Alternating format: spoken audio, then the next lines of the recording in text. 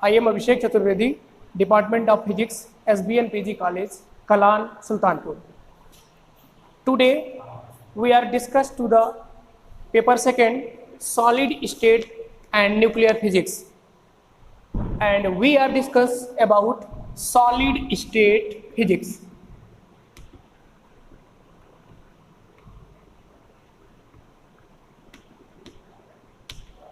Solid state physics. What is a solid? Solid होता क्या है हम सभी लोग जानते हैं, बट एक्चुअल में सॉलिड कई टाइप्स के होते हैं और सॉलिड के कई प्रकार होते हैं, जो कि सॉलिड के अंदर क्रिस्टल संरचना किस टाइप्स का होता है उस पर डिपेंड्स करता है। तो बात करते हैं सॉलिड का। सॉलिड इज, कहेंगे solid is that state of matter their particle is bounded by strong force of attraction. Means कहेंगे solid is that state of matter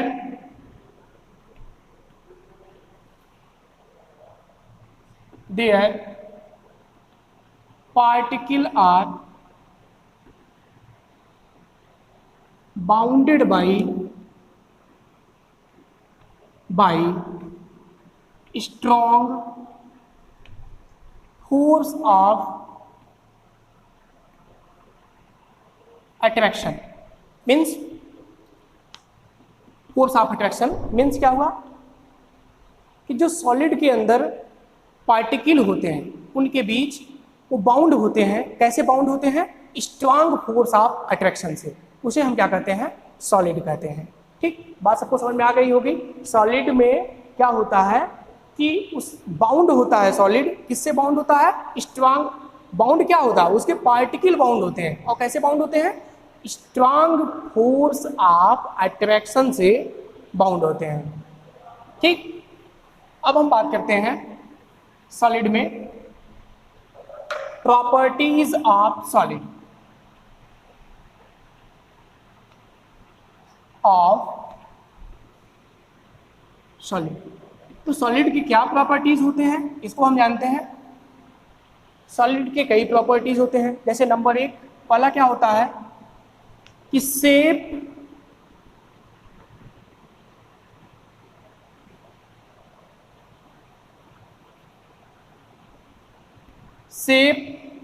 size and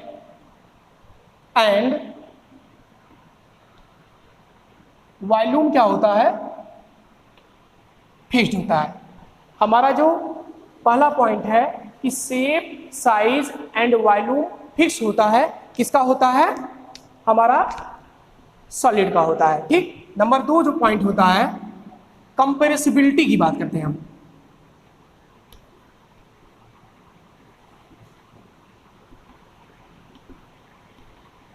compressibility क्या होता है? लो होता है।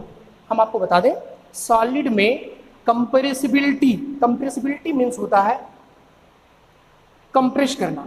क्या होता है? लो होता है। मीन्स सॉलिड कभी भी कंप्रेस करने पर, कभी दबाने पे दबता है? नहीं दबता है। सॉलिड दबाने पे नहीं दबता है। उसके अंदर कंप्रेशन क्या होता है? लो होता है, नहीं होता है। वो कंप्रेसिबिलिटी उसके अंदर नहीं होती है। तीसरा पॉइंट जो होता है क्या होता है? फ्लैक्सिबिलिटी।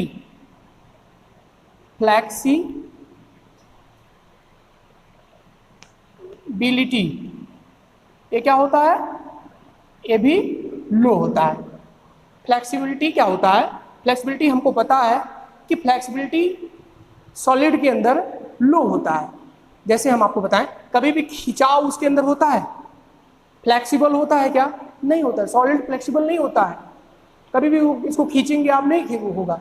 ठीक, तो इसे हम क्या कहते हैं? फ्लैक्सिबिलिटी लो होता है। ठीक, इसके बाद चौथा पॉइंट है कि इसका melting point and boiling point ये क्या होता है? लो होता है। Melting point and boiling point sorry low नहीं, हाई होता है, सॉरी हाई होता है, वेरी हाई होता है। मेल्टिंग पॉइंट और बॉइलिंग पॉइंट इसका सॉलिड का वेरी हाई होता है in comparison to the liquid and gas. ठीक, ये हमारे सॉलिड के प्रॉपर्टीज हो गए। अब हम नेक्स्ट आपको बताते हैं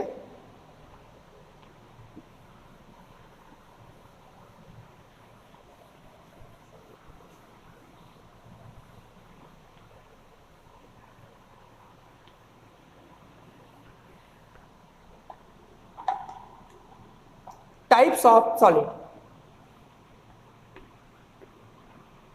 टाइप्स ऑफ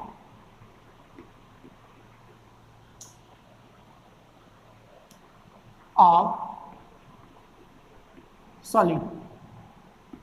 सॉलिड कितने टाइप्स के होते हैं? ठीक, तो देखिए सॉलिड यहाँ पे दो टाइप्स के होते हैं, मैं आपको लिख दे रहा हूं यहाँ पे।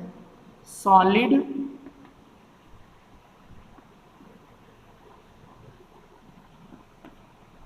अब टू टाइप्स के हैं सॉलिड।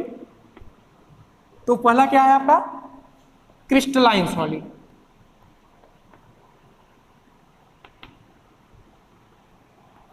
Crystalline solid. और दूसरा क्या है यहाँ पे? एमॉर्फस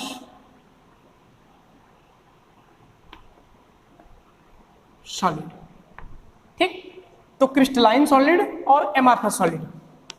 अब आपके दिमाग में ये आ रहा होगा कि क्रिस्टलाइन सॉलिड क्या होता है और एमॉर्फस सॉलिड क्या होता है। सॉलिड तो सॉलिड होता है, उसमें क्रिस्टलाइन सॉलिड और एमॉर्फस सॉलिड ये क्या होता है? आपके बीच आपके दिमाग में ही आता होगा, तो हम आपको समझा देते हैं कि क्रिस्टलाइन सॉलिड और एमॉर्फस सॉलिड होता क्या है। ठीक, सो नंबर एक, क्रिस्टलाइन सॉलिड में क्या होता है कि regular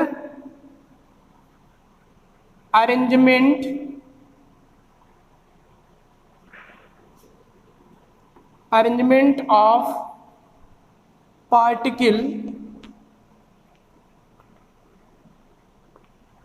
in crystalline solid. Crystalline solid. और इसमें क्या होता है? Random arrangement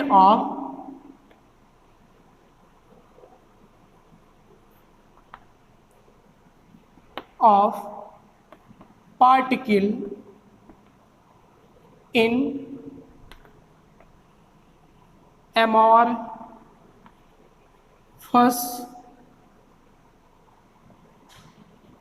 solid.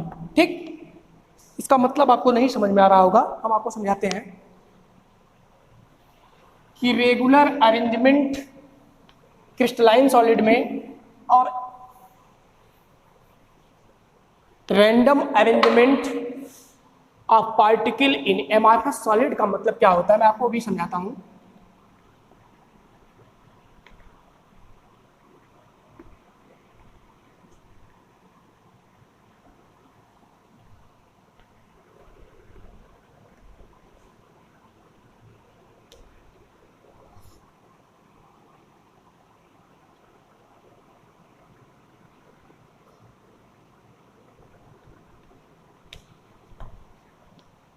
देखिए, इसी चीज को हम यहाँ पे एक्सप्लेन कर रहे हैं, आप देख लीजिएगा जरा। जैसे पार्टिकल होते हैं, जो पार्टिकल का अरेंजमेंट जो होता है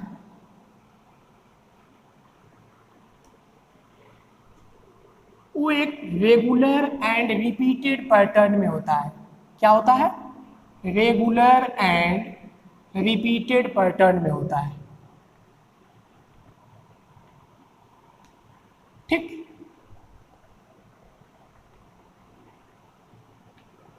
ऐसे समझ लीजिए आप लोग कि क्या हो गया?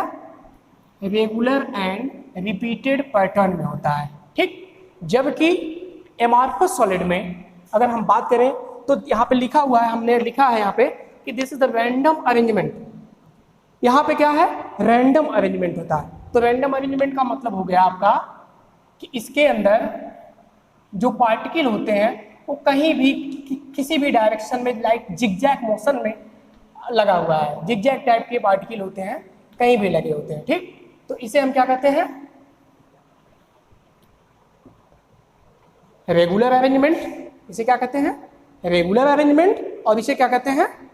Random arrangement. ठीक, अब हम बात करते हैं, ये तो पहला टॉपिक हो गया। अब हम बात करते हैं दूसरा टाइप्स की। दूसरा क्या है? इट इज लॉन्ग रेंज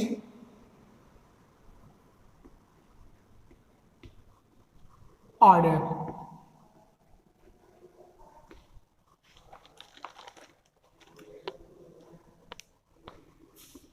दूसरा टेस्ट में क्या है? It is short range order. ठीक, मैं आपको बता रहा हूं कि जो क्रिस्टलाइन सॉलिड होता है वो क्या होता है? रेगुलर अरेंजमेंट होता है पार्टिकल का। क्रिस्टलाइन सॉलिड में रेगुलर अरेंजमेंट होता है पार्टिकल का, जबकि एमार्फस सॉलिड में रैंडम अरेंजमेंट होता है किसका? पार्टिकल का। ठीक, और ये क्या होता है? लॉन्ग रेंज ऑर्डर में होता है, जबकि ये शॉर्ट रेंज ऑर्डर में होता है। अब लॉन्ग रेंज ऑर्डर की बात करें तो मीन्स जैसे पार्टिकल का जो अरेंजमेंट है रेगुलर अरेंजमेंट है, और ये क्या है? लॉन्ग रेंज में से इनफाइनाइट लगा हुआ चला जा रहा है। ठीक, इनफाइनाइट लगा हुआ चला जा रहा है, जबकि in comparison to the amorphous solid की बात करें तो एक शॉर्ट रेंज में होता है, कहीं भी कहाँ भी किसी भी तरीके से लग गया है, जिगजैग टाइप का लगा हुआ है। ठीक, और ये शॉर्ट रेंज में होता है, और ये क्या होता है? लॉन्ग रेंज में होता है। ठीक, तो दूसरा आपको डिफरेंस क्लियर हो गया। चलिए अब हम तीसरा बात करते हैं। ठीक, अगर हम तीसरा बात करें तो दिस इज ए तीसरा बात करें तो it is true solid. True solid means आप ये समझिए कि जो सॉलिड होते हैं ना वो एकदम ट्रू सॉलिड होते हैं। और इसका बात करें तो ये it is pseudo solid. Pseudo solid means, pseudo मतलब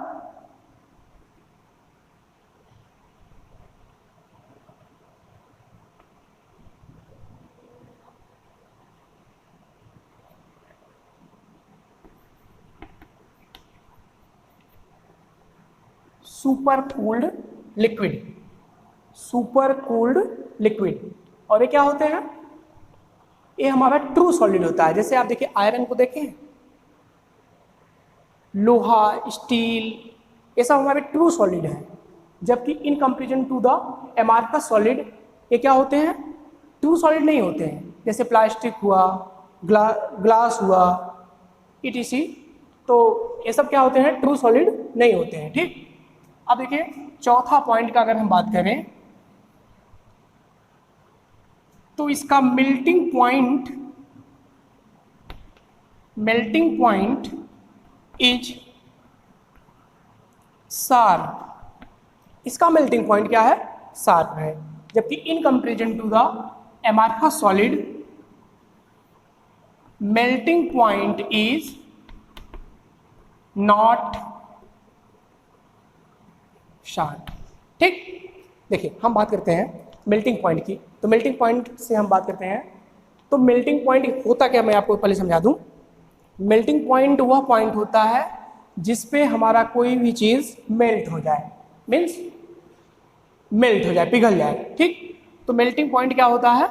वह पॉइंट होता है जिस टेम्परेचर पे जाके वह, जैसे अब सॉलिड की बात कर रहे हैं तो सॉलिड, ऐसा सॉलिड जो एक फिक्स टेम्परेचर पे जाके वो मेल्ट हो जाए। अब यहाँ पे शार्प लगा हुआ है, तो शार्प का मतलब मैं आपको समझा देता हूँ, ध्यान से सुनिएगा। जैसे कोई भी लोहा है या आयरन है, स्टील है, तो उसका अगर 120 पे उसको मेल्ट होना है तो 120 पे ही मेल्ट होगा, जबकि इसका मेल्टिंग पॉइंट शार्प नहीं है। जैसे आप प्लास्टिक को कभी गर्म किए, प्लास्टिक को गर्म करिए, प्लास्टिक का चेयर है, अगर उसे आप गर्म करेंगे तो क्या होगा, टेम्परेचर देंगे तो क्या होगा, पहले वो पिघलेगा, पिघलने के बाद धीरे धीरे पिघलते पिघलते पिघलते पिघलते तब जाके जैसे 120 पे उसको मेल्ट होना है तो 120 पे मेल्ट नहीं होगा, वो 110 पे ही मेल्ट हो सकता है या 130 पे भी मेल्ट हो सकता है। ठीक, तो कोई फिक्स इसका पॉइंट है ही नहीं है। चलिए अब हम आपको एक चीज और बताते हैं इसमें।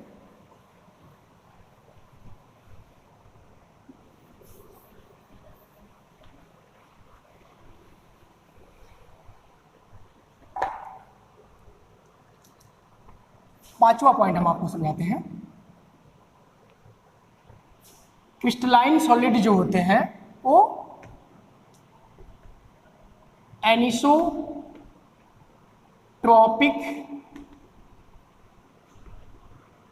नेचर शो करते हैं। ठीक, जबकि एमार्फस जो होते हैं वो क्या करते हैं, आइसोट्रॉपिक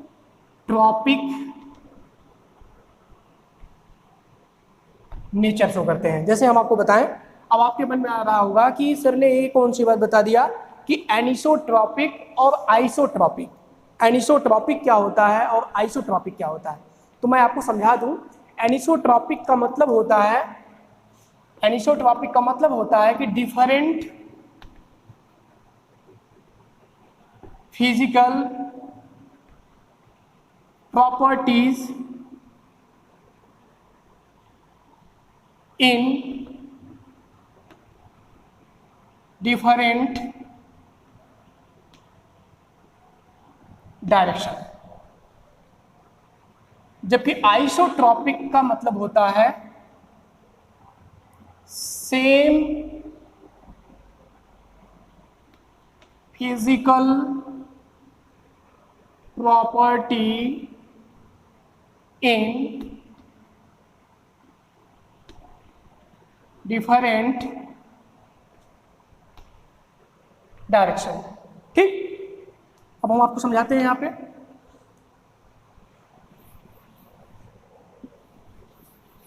वो कैसे होगा, जैसे सपोज करिए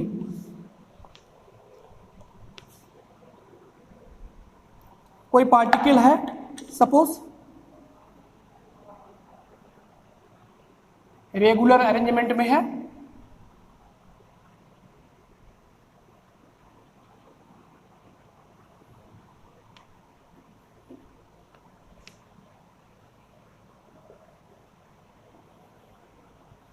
ठीक, like plus minus plus minus minus plus minus plus minus plus minus. ठीक, अब देखिए अगर हम इस डायरेक्शन में जाते हैं तो हमें क्या मिला, कैटायन एनायन। हमको पता है कि पार्टिकल में एक कैटायन और उसके चारों तरफ क्या होते हैं, एनायन होते हैं।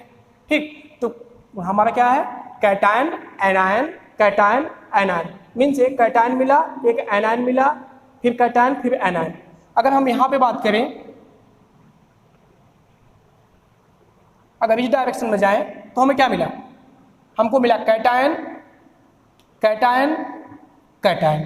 ठीक, मीन्स यहाँ पे तो हमें डिफरेंट मिला और यहाँ पे हमें डिफरेंट मिला, दोनों अलग अलग है कि नहीं। यहाँ पे तो हमें कैटायन मिला, एनायन मिला, कैटायन मिला, और यहाँ पे हमें क्या मिला, कैटायन कैटायन कैटायन, सभी कैटायन मिले। जबकि इस डायरेक्शन में अगर हम चलते हैं तो हमें क्या मिलता है, कैटायन एनायन कैटायन एनायन। ठीक, अब देखिए एनिसो अभी क्या हो गया, different physical property in different direction हुआ कि नहीं हुआ, different physical property in different direction. हमने डायरेक्शन को चेंज किया, हमारी फिजिकल प्रॉपर्टीज क्या हो गई, हमारी फिजिकल प्रॉपर्टीज डिफरेंट हो गई। ठीक, अगर हम बात करें एमार्फस सॉलिड का, तो एमार्फस सॉलिड में क्या होता है, चलिए एमार्फस सॉलिड में देखते हैं। एमार्फस सॉलिड में तो कौन कहाँ लगा हुआ, कोई फिक्स ही नहीं है, तो हमें कहीं भी हम जाते हैं तो हमें किसी भी डायरेक्शन में जाएंगे तो हमें क्या मिलेगा, यहाँ भी जाए तो, यहाँ भी जाए तो, कहीं भी जाए, किसी भी जगह जाए, हमको same physical property in different direction पे मिलता है। हम यहाँ से किसी भी डिफरेंट डायरेक्शन में जाएं, किसी भी डिफरेंट डायरेक्शन में जाएं, चाहे इस डायरेक्शन में जाएं, चाहे इस डायरेक्शन में जाएं, चाहे हम इस डायरेक्शन में जाए, हमें क्या मिलेगा, सेम फिजिकल प्रॉपर्टी मिलेगा इन डिफरेंट डायरेक्शन में। ठीक,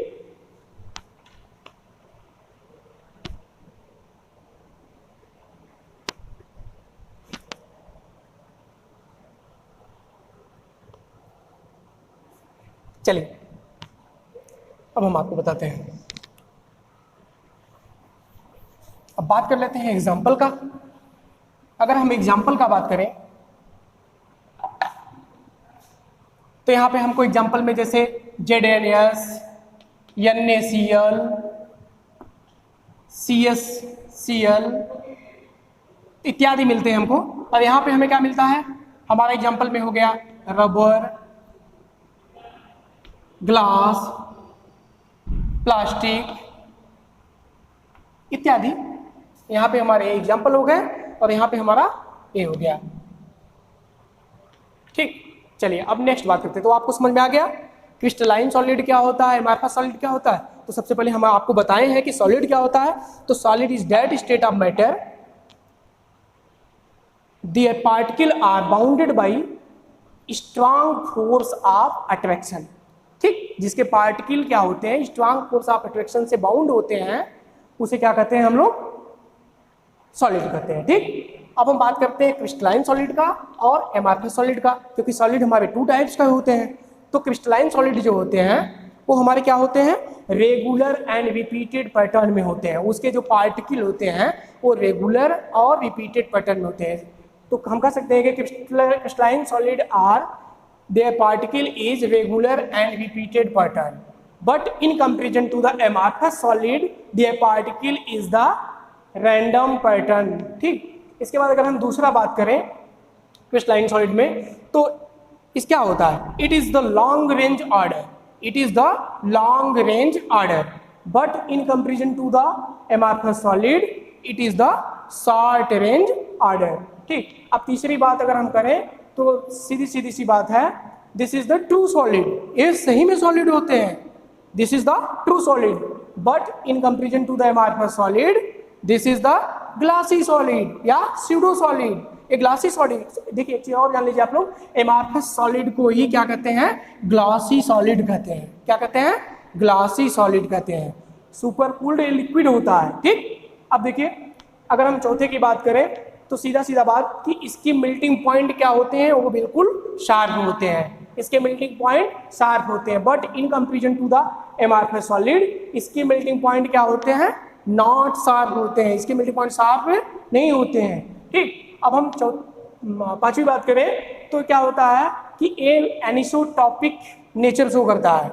जो हमारे क्रिस्टलाइन सॉलिड होते हैं वो एनिसोट्रॉपिक नेचर शो करते हैं, but in comparison to the amorphous solid ये क्या करते हैं, ये आइसोट्रॉपिक नेचर शो करते हैं। ठीक, अब देखिए हमने आपको बता दिया कि एनिसोट्रॉपिक का मतलब होता है different physical property in different direction, but isotropic का मतलब होता है same physical property in different direction. तो चलिए हम आपको एक चीज और बता दें, यहाँ पे ध्यान रखिएगा आप लोग कि क्रिस्टलाइन सॉलिड सी से शुरू होता है, एमार्फस सॉलिड ए से। तो काफी लोग कंफ्यूज हो जाते हैं कि एमार्फस ए से है तो ये क्या होता है, एनिसोट्रॉपिक होता है, बट नहीं, एमार्फस सॉलिड एनिसोट्रॉपिक नहीं होता है, क्रिस्टलाइन सॉलिड एनिसोट्रॉपिक होता है। मैंने अभी आपको फिगर बना के चेक करके दिखा दिया। ठीक, चलिए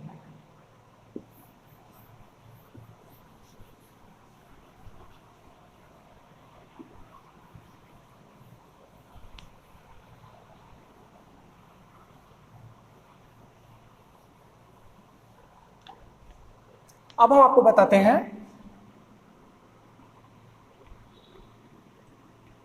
ट्रांसलेशन वेक्टर। ट्रांसलेशन वेक्टर क्या होता है, जनरली तो हम लोग जानते हैं कि ट्रांसलेशन वेक्टर जो होता है वो टी से डिनोट किया जाता है, और टी इक्वल टू होता क्या है, T is equal to n1a plus n2b plus n3c। ठीक, तो ट्रांसलेशन वेक्टर क्या होता है, N1A plus N2B plus N3C। तो N1 वेयर हम कह सकते हैं where N1 N2 and N3 are क्या है, इंटीजर, इंटीजर। ठीक, तो हम आपको बताते हैं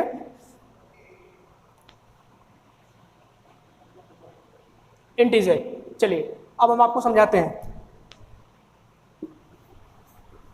जैसे आप कोई लेटिस लिए हैं, सपोज करिए कोई पार्टिकल है, ठीक, ऐसे समझ लीजिए आप लोग कोई पार्टिकल है,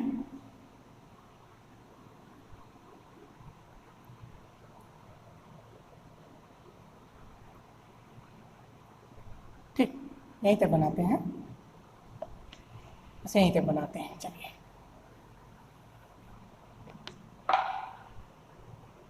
और यहां हम मान लेते हैं दिस इज द A1 और ये R है और ये R डैश इसको मान लेते हैं और दिस इज द B1। ठीक, अब हमको यहां से R1 डिस्टेंस पे जाना है तो हमें कुछ न कुछ तो भाई ट्रांजिशन लगाना होगा, कोई ट्रांजिशन लगाएंगे तभी तो पहुंचेंगे। तो हम कह सकते हैं कि R dash equal to R plus T, क्योंकि R तक तो हम ही हैं, R तक हम ही हैं। अब हमको कहाँ जाना है, R डैश पे जाना है, तो कोई ट्रांजिशन लगाएंगे। अब जरा अपने दिमाग से सोचिए कि कौन सा ट्रांजिशन लगाएं। क्या हम यहाँ जाएं? नहीं, यहाँ जाने की क्या जरूरत है। हम यहाँ जाएं? नहीं, यहाँ भी नहीं जाने की जरूरत है। यही चीज जो B1 डिस्टेंस यहाँ हम चले हैं, वही B1 अगर हम यहाँ चल दें तो हम R1 के पास, R डैश के पास पहुंच जाएंगे। ठीक, तो हम कह सकते हैं कि R dash equal to R plus 0A1, क्योंकि हमने A1 तो लगाया ही नहीं, A1 तो हमने आगे लगाया ही नहीं, तो क्या लगाया, B1 लगाया। ठीक, कितना लगाया, प्लस 1 B1। तो हम कह सकते हैं कि तो T इक्वल टू क्या होगा, T इक्वल टू हो गया 0A1 प्लस 1 B1। ठीक, यहां पे हो गया। चलिए, क्या हम इसी तरीके का लैटिस सोच सकते हैं? हम किसी और तरीके का लैटिस नहीं सोच सकते? बिल्कुल सोच सकते हैं, हम किसी और तरीके का भी लैटिस सोच सकते हैं। जरा देखिए, अगर हम इस तरीके का लैटिस सोचें, this is the B2 and this is the A2 and this is R and this is R dash, तब क्या होगा, तब होगा ये कि R dash equal to R plus T। ठीक, अब क्या होगा, R डैश इक्वल टू, अब हम क्या करें, अब देखिए हम करते क्या है, A2 R तक तो हम ही हैं, R तक तो हम ही हैं। अब हमको जाना कहाँ है, हमको जाना है R डैश के पास। ठीक, तो R डैश पे जाने के लिए हमको जो ट्रांजिशन लगाना होगा, हम एक काम कर सकते हैं कि हम यहां से यहां तक चले, फिर यहां से यहां तक चले, तो half A2 plus half B2, मतलब हाफ B2 तो हुआ, यहां से यहां डिस्टेंस हाफ B2 हुआ। तो हम कह सकते हैं कि R तक तो हम ही हैं, plus half A2 plus half B2। ठीक, तो यहां पे ट्रांजिशन क्या लगा, translation equal to T equal to half A2 plus half B2। लेकिन मैं आप लोगों को बता दूं कि दोनों में अंतर है, दोनों वेक्टर में अंतर है। आपके मन में चल रहा होगा कि अंतर है तो क्या अंतर है, वो भी तो इसी तरीके से निकला, ये भी तो इसी तरीके से, हाँ निकला जरूर, लेकिन दोनों में अंतर ये है, डिफरेंस ये है, क्या डिफरेंस है कि प्रिमिटिव ट्रांसलेशनल वेक्टर है और ये हमारा नॉन प्रिमिटिव ट्रांसलेशनल वेक्टर है। ठीक, क्या है, प्रिमिटिव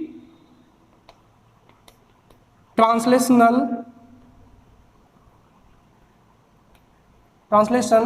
वेक्टर और ये हमारा क्या है, नॉन प्रिमिटिव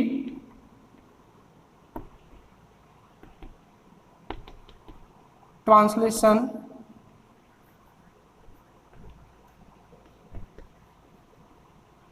वेक्टर। ठीक, मीन्स आप ये समझिएगा कि यहाँ पे 0 है 1 है, तो 0 1 इंटीजर है इसलिए प्रिमिटिव ट्रांसलेशन वेक्टर हो गया, और यहाँ पे हाफ हाफ लगा है, this is the not integer, so this is non primitive translation vector. ठीक, तो आज का यहीं तक, नेक्स्ट लेक्चर में हम आपको बताएंगे लैटिस। Okay, thank you.